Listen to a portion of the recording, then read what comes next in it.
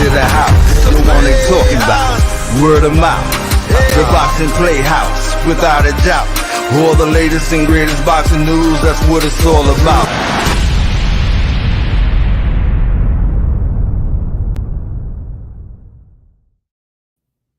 What's up, guys? This is Sakura A and Emelio Santana. And of course, this is After Dark series. And you know, tonight we've got the Rougarou. Regis Prograis is going to be joining us a little later. And of course, we also are anticipating Danny Santiago, our Florida Boxing Hall of Fame and host of Latin America, join us later. Now, for right now, okay, because I'm super excited about talking to Regis about his upcoming bout. But for right now, we want to talk about some of these hot topics that's just been, amazing this week. I mean, we got Canelo's, amazing fight week with Triple G. The predictions are all over the place, and I'm kind of surprised at that. And then, of course, we got news when it comes to Rosado fighting again, who Rosado's gonna fight next. We also got what we're gonna start with. Okay, because I'm kind of sick of this, but I have to bring it up. I mean, I need some real confirmation, but of course, we're talking about this Errol Spence versus Bud Crawford fight that has dominated and almost quieted down a little bit the Canelo Triple G fight week, because everybody's full of anticipation about finally the terms being agreed upon.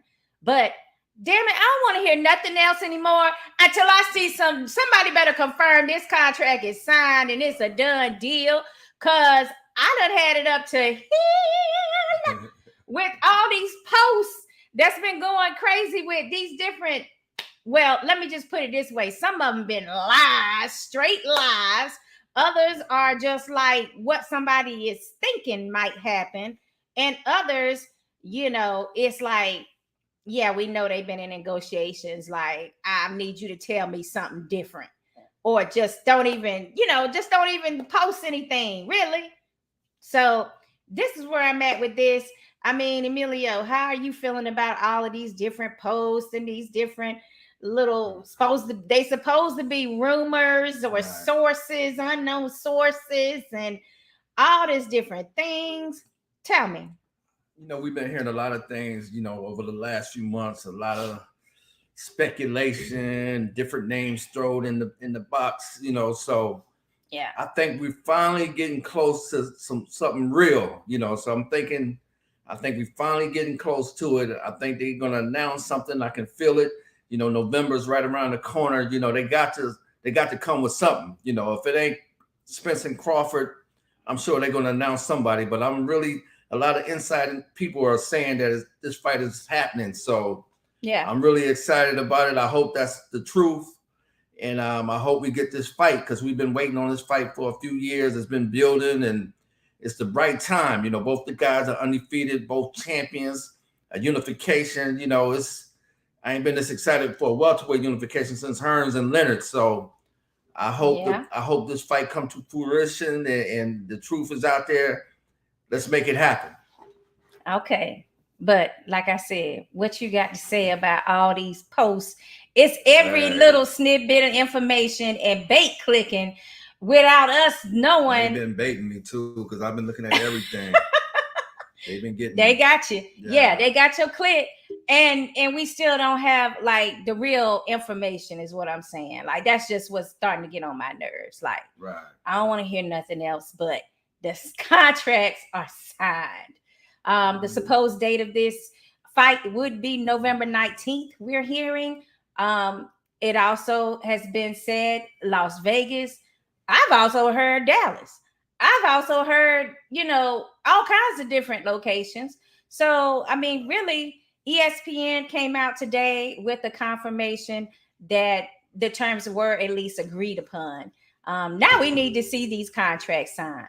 Maybe right now or like an hour ago, maybe those contracts were actually signed.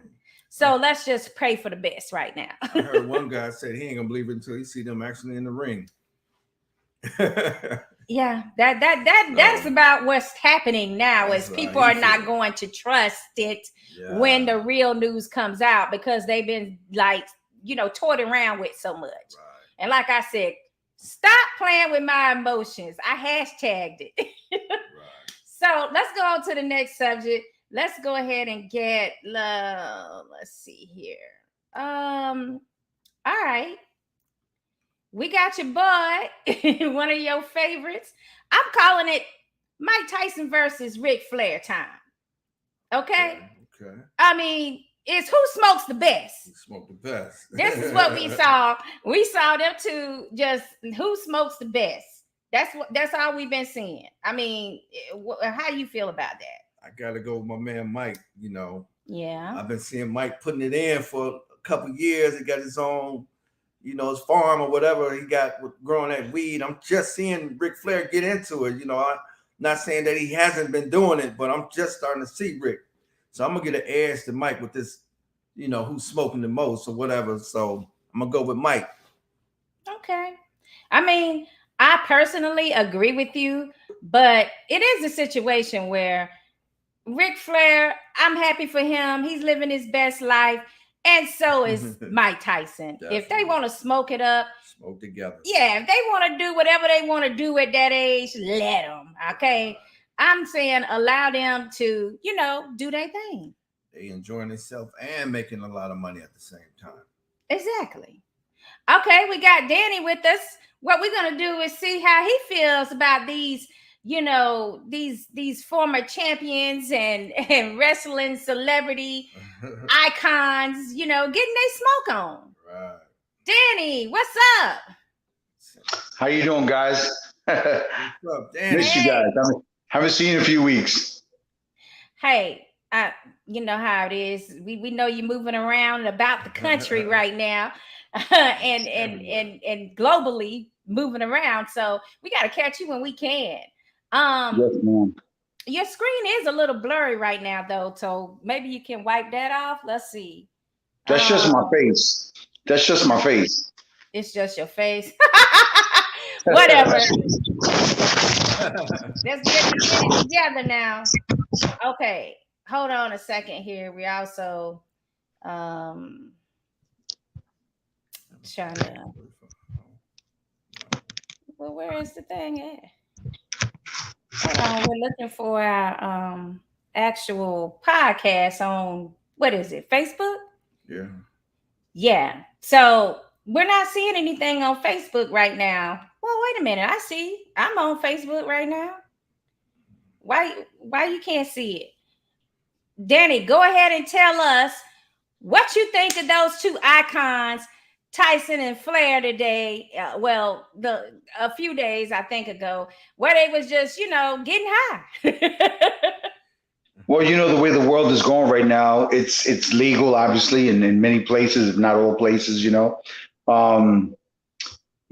each his own. I personally don't do it, never have, never will. They ought to also see this. When I was a young kid, and Mike is not that much older than I am, but I trained with the same trainer he had at one time. I'm Kevin Rooney, and I used to look up to him. So when he wore the shoes without no socks, I wore the shoes without no socks. And when I was up in the Catskills, I wore the towel into the ring and stuff. These people are not only public figures, but they're idols to many young athletes, be it in wrestling or in boxing. So we gotta be very careful when you're in that position. You have a lot of followers, you have a lot of people who look up to you, and it's kind of like a double-edged sword. I think he's earned the right to do the things that he wants to do. I mean, if he wants to go grab a beer, if he wants to smoke, some weed or whatever, I mean, they've earned that right. They've paid their dues. But on the flip side of that, there's still a lot of individuals that look up to them, and it's kind of a weird deal. It just depends on what side of the fence you sit on, Right. Yeah, absolutely. I mean, I feel the same way. Like, let them do what they want to do. I mean, literally. And Ric Flair, he's always been like, I remember when I was young, I used to watch WCW and all those guys wrestled, and that was that was part of their little thing, where look, Ric Flair, all the trials and tribulations he's put his body through.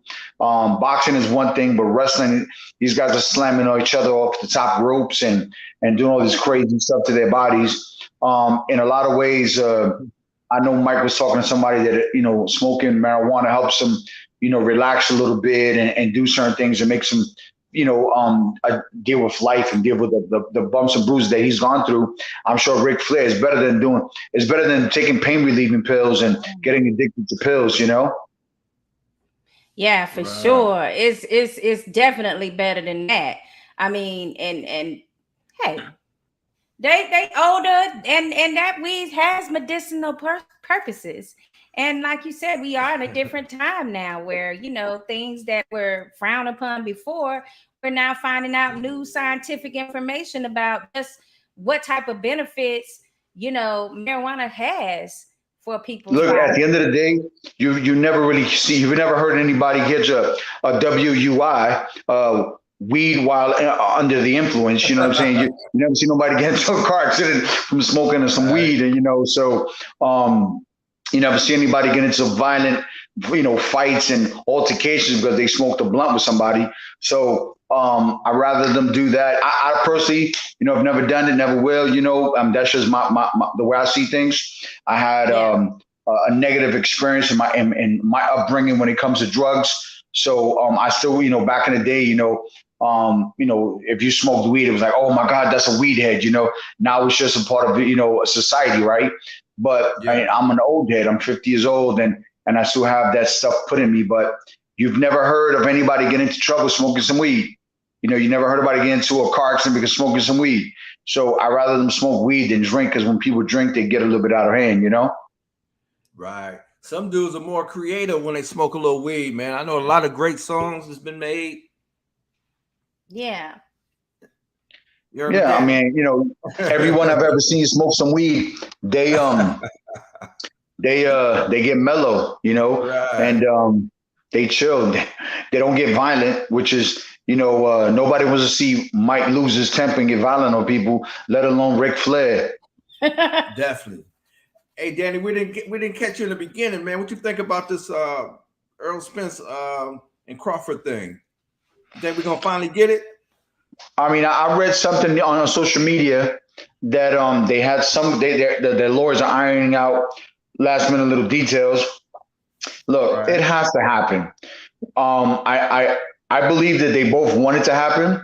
Me being an ex-fighter, my time is gone and past, but I wanted to fight the best in the division. Whether I was the best or wasn't the best, I want to fight the best in the division, right? That's up for my peers to discuss. But when you got Crawford and Spence, I mean, they're the best right now in that division. When do they fight each other? When they're 90 years old? I mean, the time is now. You get more bang for your buck right now.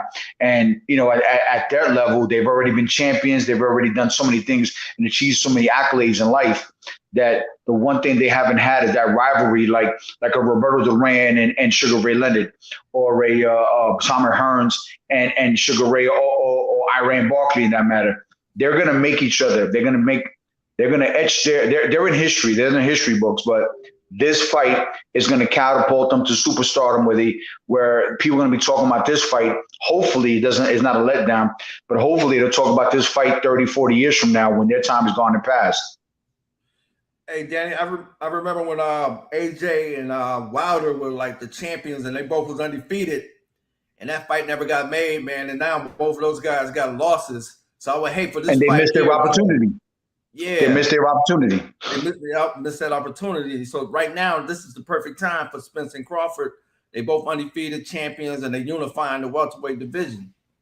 And it's the same thing that could be said when Tyson was undefeated and Holyfield and everybody was knocking down the doors. First he went away for vacation for that little thing that he was accused of. And when it happened, for me, it didn't have the same glimmer, the same effect. And the same thing said AJ. AJ lost an opportunity, man. Him fighting Deontay when they were undefeated. when they were both champions and they were both, beating everybody. That ship is gone and set, is already left the port, and that could have been an easy, $100 million payday for somebody right there. Who's going to pay for that now? Right now, I don't know who's gonna pay for it, because I know one thing. Like, if they want to have this Fury fight now and they want to skip over Usyk, which basically that is one of our subjects.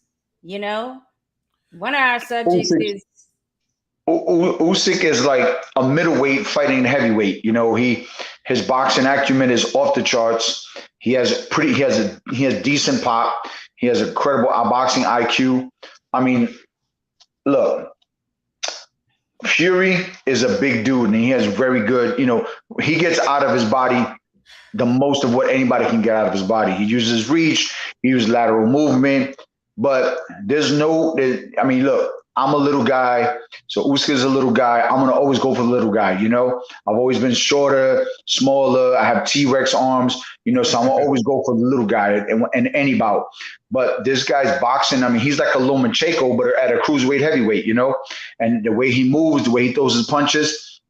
Right now, I think he's the guy to beat. I'm sorry to say, those are facts. He's the guy. He was a light heavyweight, cruiserweight, heavyweight. Who has a resume that he has right now in boxing, especially in that heavyweight division?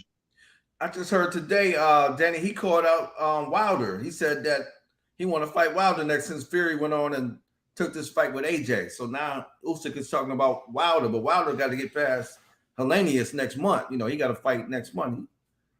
So I think the Helenius fight is a good fight for him. I'm with Wilder on that. Wilder always has that puncher's chance. Right. He was gifted with something that not many of us are born with. He has like what I like to call dum-dum strength. He just hits so hard that he could knock you into another movie, like Eddie Murphy said in that movie, Right. But the reality of the situation is that with this guy's boxing, the way he there's nothing he hasn't seen. He's had over 100 some amateur fights. He's been on every level of boxing. Whereas Wilder, he's always relied on that power. Unless somebody's teaching him how to, reinvent the wheel and bring some boxing into things and set his punches up and set that power shot up, because he doesn't set a power up shot. He just throws it.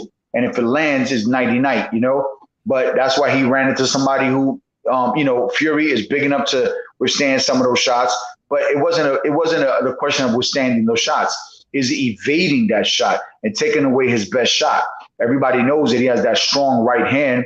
His left hook is good because he's strong, but it's not like the right hand. So if somebody takes away that right hand from him, it's a different ball game. I think Usyk has the intelligence to do that. Whether he has the whiskers to withstand that shot, that's a different story. Right. I was thinking about another. What? Hey, Danny, we're having some technical issues. We're going to wrap this up and go ahead and start a fresh live stream with Regis Prograde joining us, and you guys can continue the conversation then. Hey, listen, guys, I know on my end, my Wi-Fi is kind of iffy. No, it's nothing to do with you. It has to do with Facebook. So we but if something's missing, thank you guys for having me on, and give Regis my props, man. We're gonna send you a different link. That's all that's about to happen. So we'll see you in a few. No problem. All right. All right, Danny. Guys, we'll see you at 9 at the top of the hour. We'll have Boxing PlayHouse, baby. Boxing PlayHouse.